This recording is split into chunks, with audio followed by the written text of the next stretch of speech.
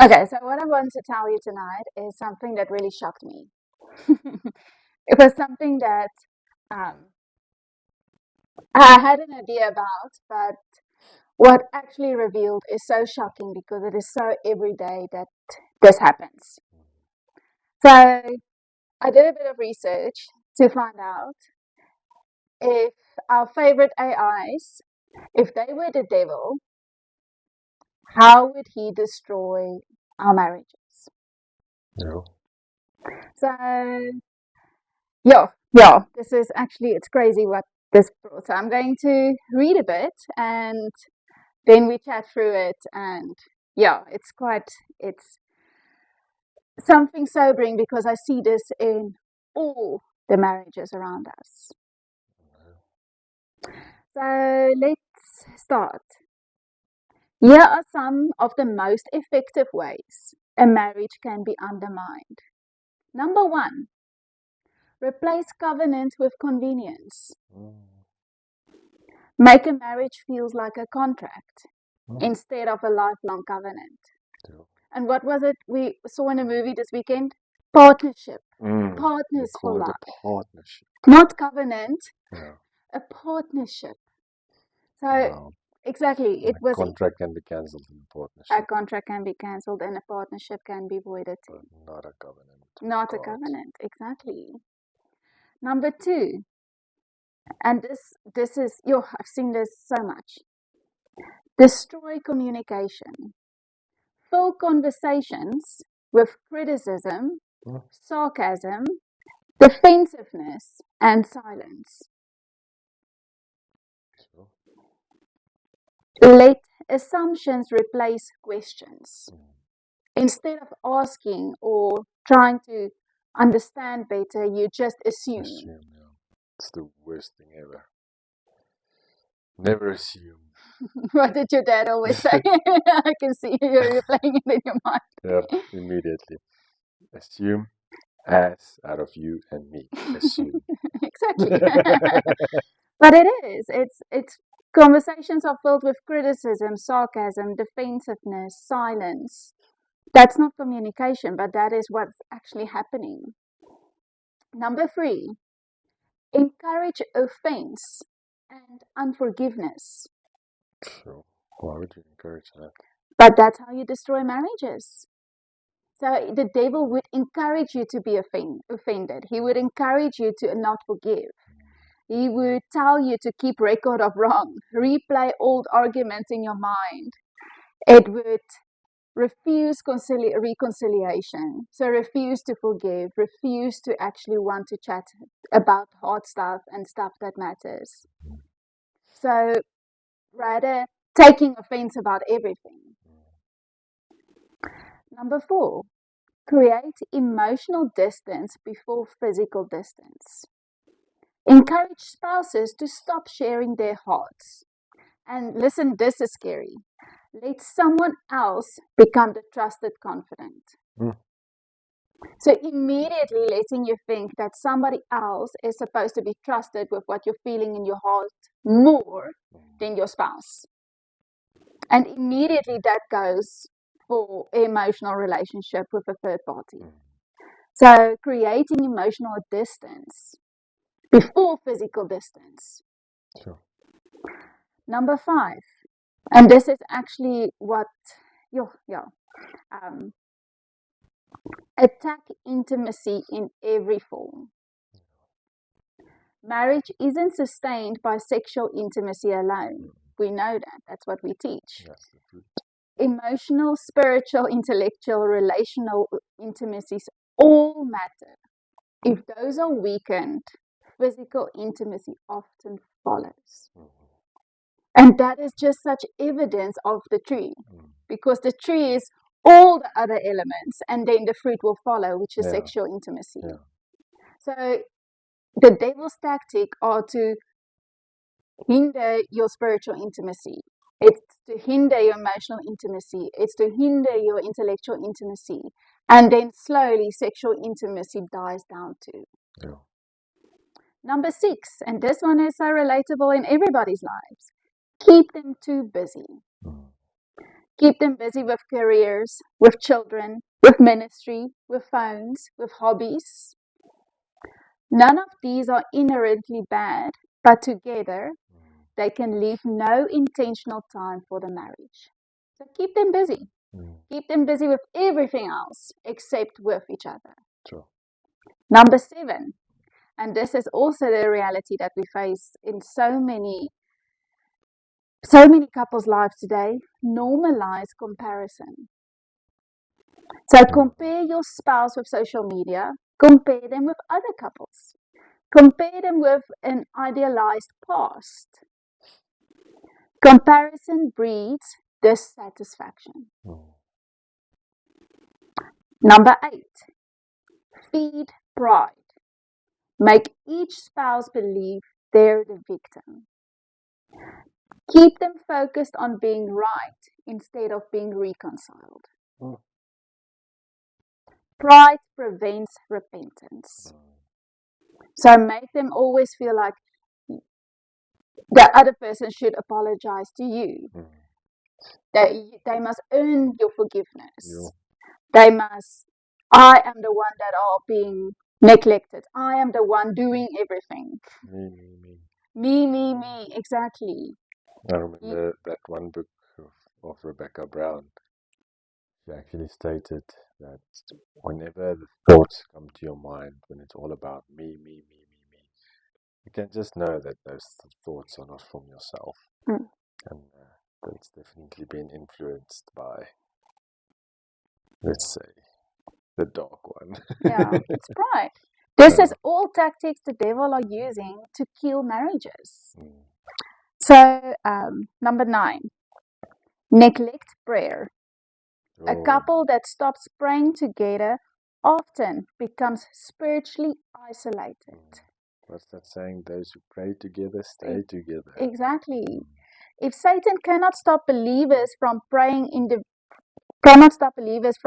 individually, he would likely prefer they never pray together. So even if he just not praying together, he already wins. And I mean, we faced so many couples that say, I'm not ready to pray with my husband, or he wants to, but I don't feel I'm ready. Or like, just stop it. Just stop it. Just start praying together. Powerful beginning. Just to start there. Number 10, redefine love as a feeling. If love is only emotion, then when emotions fade, commitment feels unnecessary. And that's scary because we know and we teach actions of love leads to feelings of love. So if you are in a marriage and the feeling of love fades, what's going to keep you there? Nothing. It doesn't come naturally. It doesn't. You need to take the actions of love. Number 11, keep small sins small. A little dishonesty, a little pornography, a little flirting, a little bitterness, a little secrecy. Small compromises become strongholds. So just keep it small. It's funny. It's like a small wrong isn't wrong. But still, wrong is wrong and right is right. There's not a small or big or large. It's whatever is wrong and whatever is right is right. Yeah, just keep it small. It's okay. Just make them think like, no, a little white lie. A little white lie. Where does that come from? Exactly. A lie is a lie. There's not something little about it. But keep it small. I mean, a little pornography. Just little soft porn is enough. It's okay. Just keep it small. Just a little flirting. Just a little bitterness. Sure. Number 12. Separate faith from daily life. Yeah. Keep God central on Sundays, but absent from decisions about finances, parenting, conflict, forgiveness, and priorities. Yeah. And that's scary because we know it's such a reality in so many people's lives.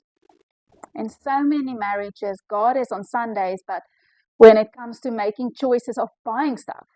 Like, did you ask God if you need another pair of shoes? Whatever. Like, did you really think about that choices? Do you ask God about parenting? How does He want you to parent your children? Or is God only there on Sundays or at funerals and weddings? Sure. Number 13, attack identity. And this is an old one. We know the devil does this, but this becomes actually more personal. Convince each other of the following. Your spouse is your enemy. You'll be happier alone. They'll never change. God doesn't see your pain. This shifts the battle from solving problems together to fighting each other. And I overheard them say that sometimes being divorced and just giving the children away for a weekend would actually give me a break. And that is exactly the identity that he attacks, because it makes you think that you need to be away from what you actually want. What you've been given, what you've been blessed with. Exactly. To think that you need rest in those moments. It's yeah. Number 14, use exhaustion. Tired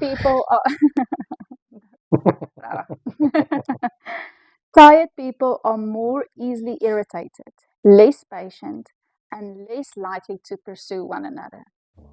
Physical depletion often becomes relational depletion. So keep them exhausted, keep them busy, keep them occupied, keep them distracted, keep them tired. That is all tactics of the devil to damage marriages. Sure. And number 15, the last one, destroy hope. Perhaps the most devastating strategy would be convincing couples that their marriage is beyond redemption.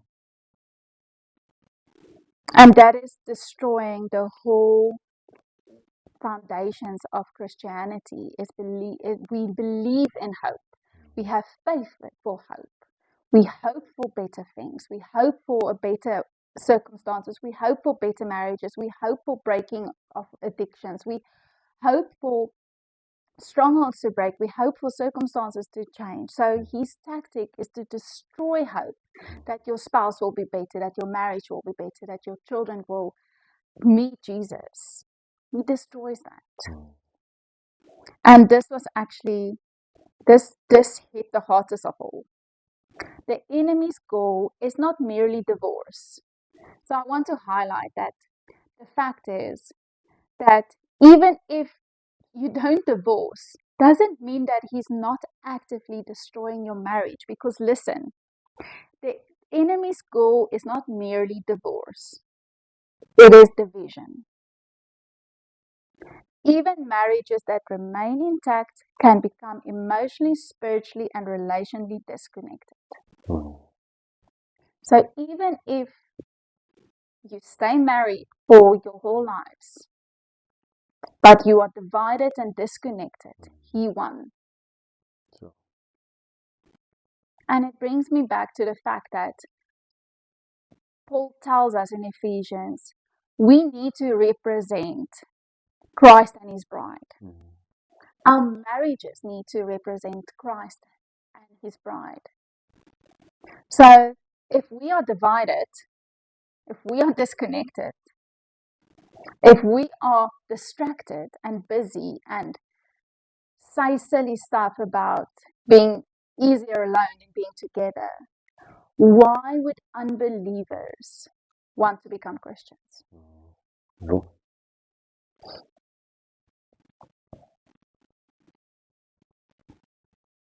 So I think the important thing is, in what I want to encourage is, people mustn't ignore the red flags.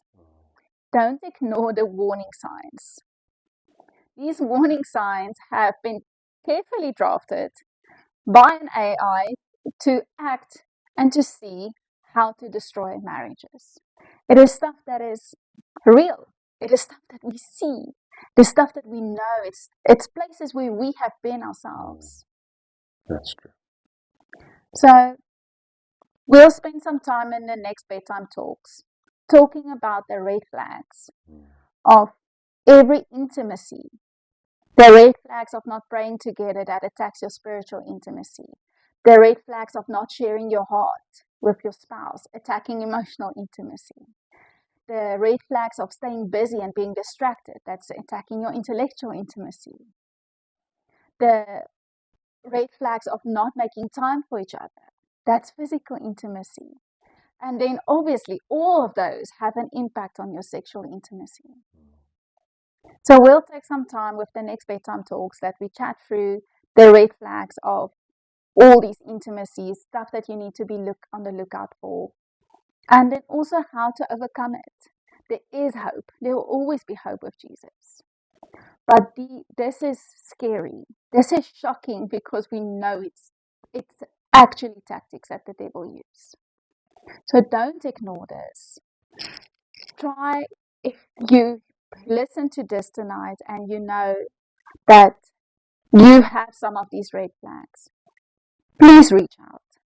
Reach out to us and let's see how we can start walking a path together, how we can journey with couples like we usually do, mostly do, weekly do. Journey through couples, through how overcoming these tactics, how to strengthen all the different intimacies in your marriage, how to make your tree flourish, good for food, bearing fruit, growing, the world looking at your marriage and say, I want that one day. So please follow along, please reach out, please don't ignore the warning signs. And don't forget to pray. Don't forget to pray. Most